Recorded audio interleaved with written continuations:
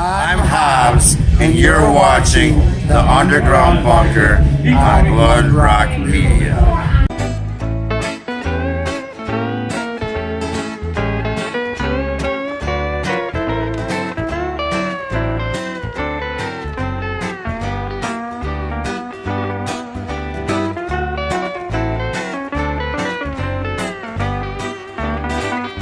Hello friends, once again, this is an episode of The Underground Bunker. You've tuned in once again. Why, I have no idea. Oh wait, I know. Music. You love music, just like me. And on the eve of the Austin Bombers' demise, we can all rejoice and say that we listened to some good stuff. So, that said, I really have nothing special for this. Let's just do a fucking show. Teeing off this week's episode is a band that I discovered a while ago, and I liked them so much I immediately, and I'm not even kidding, I immediately bought all their stuff. They're weird, they're red, and they are in your face. They are called Rabbit Junk.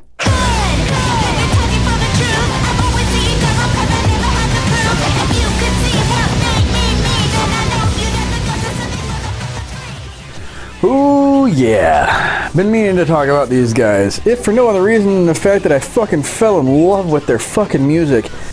I'm just gonna get right into it. They're a two-piece industrial outfit out of Seattle, Washington. They got their start in 2004. It comes right out of that that whole trash goth music, the trash and the trash industrial scene, which there really isn't a whole lot of anymore. I mean, you had like Deer and Gray, and you had, you know, old Combi Christ, that kind of stuff. Not a whole lot of that doing anymore. And these guys are doing it. There's another group called Cyanotic that I'm going to talk about in a couple of weeks that are doing stuff like this, and they're doing it really well, and I enjoy the hell out of this. So much so, like I said, I bought all of these guys' music. And the newest album, I happen to think it's going to be one of the best I hear all year. And I hear a lot. I have been jamming this in my car on pretty much every trip I've been going on for the past several weeks. One really cool thing about this group is the guy singer, his name's JP. He and I got to talking and bonded over the fact that he is a professor of political science. Now, political science is something I get into with a vengeance. So it was interesting to talk to somebody about that and talk to someone about the music generated out of that. They've actually managed to tour the nation a few times. Most recently, I think it was 2016. And I'm hopeful that there will be another one coming up this year. The Glitch Mode tour seems to be the thing for them, and it might have something to do with the fact that JP's involved with it. The album is called Rabbit Junk Will Die, Meditations on Mortality, and as you can see, I got a copy of it. Do pick it up. You can pick it up on rabbitjunk.com. You can also check it out on Bandcamp. You can name your own price, and also find them on Facebook. The next band I'm going to talk about is a band that I decided late in the game that I wasn't going to talk about, but then decided to talk about them in the hopes that it would sort of kick them in the butt a little bit. They're called by Anatops. Well, I remember is it if it were yesterday, even though it happened before my time. Well, I remember it as if it were a week ago, a week ago, a week ago, a week ago. Some people say it was. This says it right there. There's not a lot on these guys. I wish there was more. I really wish there was more. And like I said, I wasn't going to talk about them because I try to avoid bands that aren't really doing a whole lot, because there's room for bands that are. And that's not to say that these guys didn't work their ass off for this kind of thing. In fact, listening to the album suggests that they put a lot into it. I just wish that they would commit to this, because I've listened to Joe's other stuff, and I happen to like this the best. Speaking of Joe, this is actually a two-piece project started out of like writer's block, and they are from Boston, and the name Anatops, I don't know how old most of you are, but the name comes from a cartoon called He-Man, which was my kind of time. Anatops was this like super mutated, weaponized Triceratops. Anatops. Kind of cool. I actually reviewed the album a while ago. I think it was like September or something. I reviewed the album a while ago. I gave it a 4 out of 5 because I love experimental shit like this. It reminded me immediately of Mike Patton and Les Claypool and anything those guys have put their names to. And it also had like notes of like Maynard James Keenan, just sort of a progressive tone that really eats in, like it's puts like puts a bug in your ear that you can't really stop thinking about for a good long time. And it's a really good thing to just sit there and listen to because you find new stuff. And I love music like that. There just is not enough of that. And it's because of that I became a huge fan. And I've listened to it a lot over the past few months. And like I said, I wish that they would be doing stuff. I don't know why they're not. That said, I wish they would. Because since they've released the album, they post the reviews that comes in, but not much else. In fact, I haven't seen anything on their Facebook page in months. So the reason why I did bring up these guys is because I hope that changes because of this. Because it's fucking worth it. And going and liking their music and going and listening to their music, I hope will kick a fire in their ass to maybe do something with this, because the world needs more of this stuff. The current album is Voices. I gave it a 4 out of 5. You can go give it a 5 out of 5 if you listen to the Bandcamp page. And definitely go like them on Facebook. Segway! The band I'm about to show you is a band that I'm very happy to say I was wrong about. This is Sifting.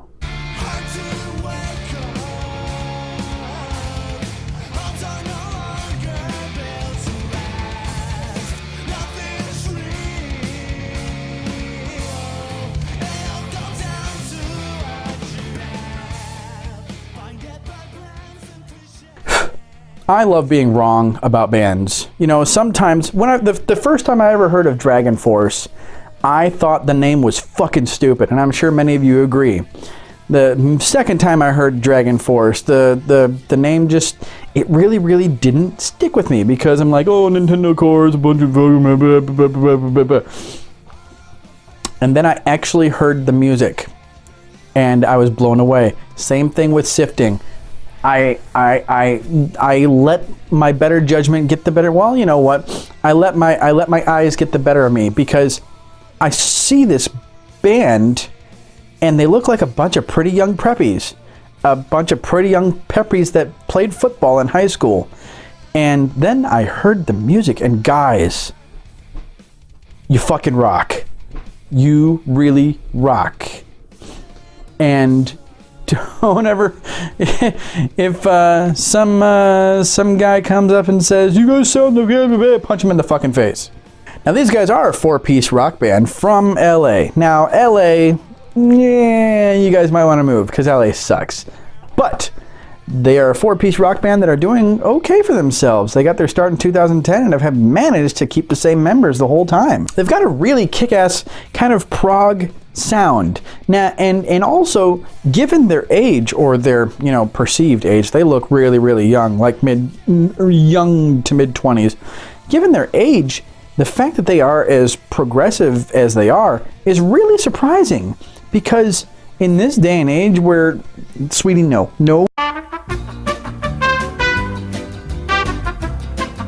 In this day and age where it's, all about the prettiness factor and being listenable, prog just doesn't have an audience that with the younger crowd that it did.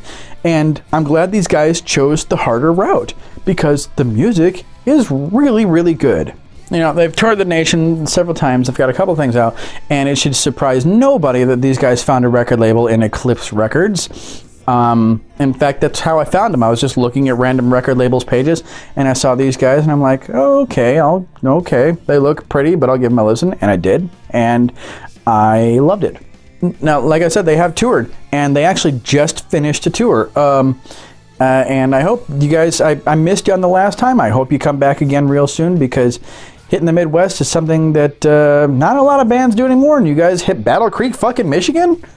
So how about Milwaukee? As you can see, these guys are no slouches. Therefore, you should be no slouch in going to find their music, which is on siftingofficial.com and the Facebook page. Segway. Seem to be doing a lot of prog this week. Oh well. This is Binary Creed.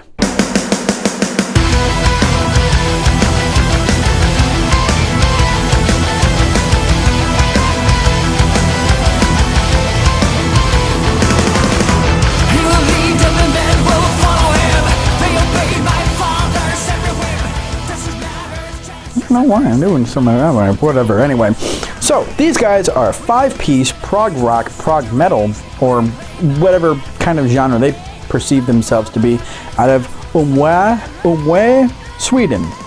They're in Sweden, so you automatically know it's not going to suck, because any music that manages to make its way out of Sweden is going to be noteworthy. It might not. A lot of the metal that comes out of Sweden actually starts to sound the same after a while.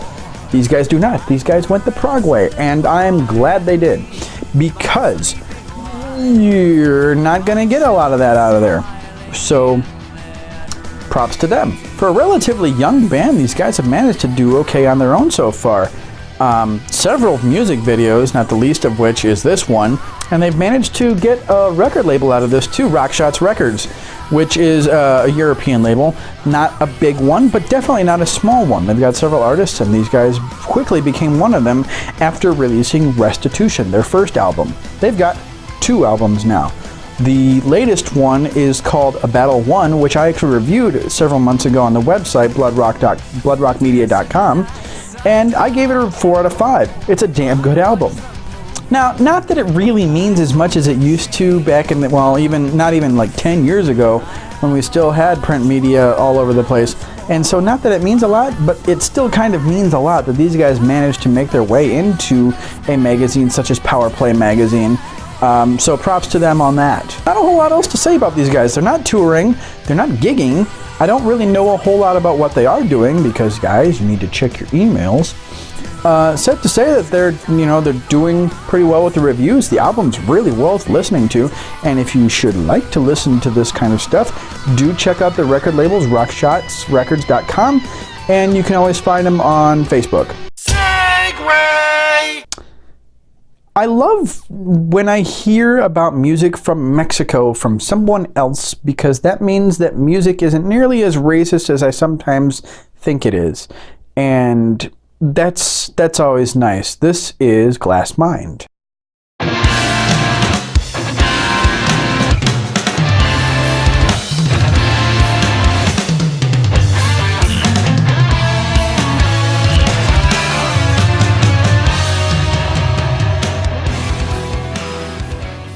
This is the one that I was kind of waiting to get to besides Rabbit Junk.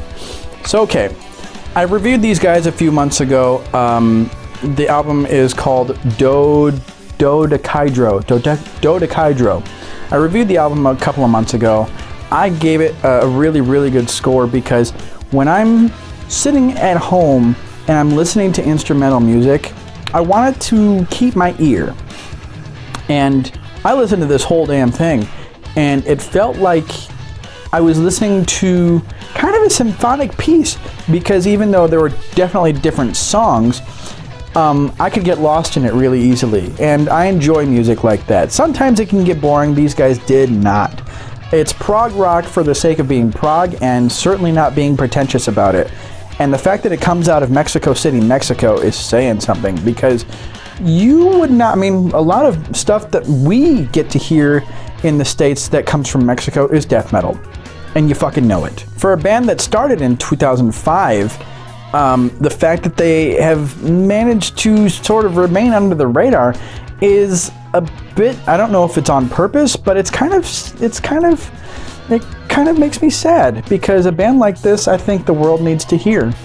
Another kind of sad thing about a band like this is they don't do a whole lot of shows, and when they do, it's few and far between.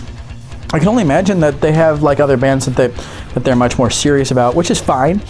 For a band like this, though, to be as good as it is and as recognized as it is kind of a letdown for me, though, because there's not enough bands that are just sort of making good music and not demanding a whole lot of recognition for it. So I applaud it.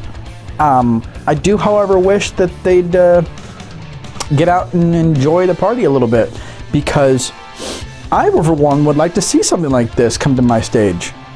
as you can see, they're just sort of hanging out and enjoying playing the music. You know, it's a recorded session, but still, I mean, they just sort of hang out and play music. So for the few shows that they did last year, I can imagine that this is what it looked like. And the whole album is like this. I highly recommend that you go and give it a listen. And, you know, certainly if you're a prog head, pick it up because you're going to enjoy it. That's all for this week's episode of The Underground Bunker. I invite you once again to like and subscribe. You all know how this works. You please do check out all the band links. They need your support. They need your support. They need your help. They need your love. They need your love. Sorry. Also check out the Spotify, check out all the little links down there, including the other Facebook pages, the Twitter, and if you have 54 minutes of spare time, do check out The Toxic Dream. It's my own personal project. I hope you like it. I will leave you with this remark. There is so much chaos happening today. Your life has no meaning. None. Entropy is a thing. Your life has no meaning but what you give it. So you damn well better give it a good one. And what better meaning to give your life than fucking music, people? Get out there and enjoy the party. I'm Hobbs. I'm out.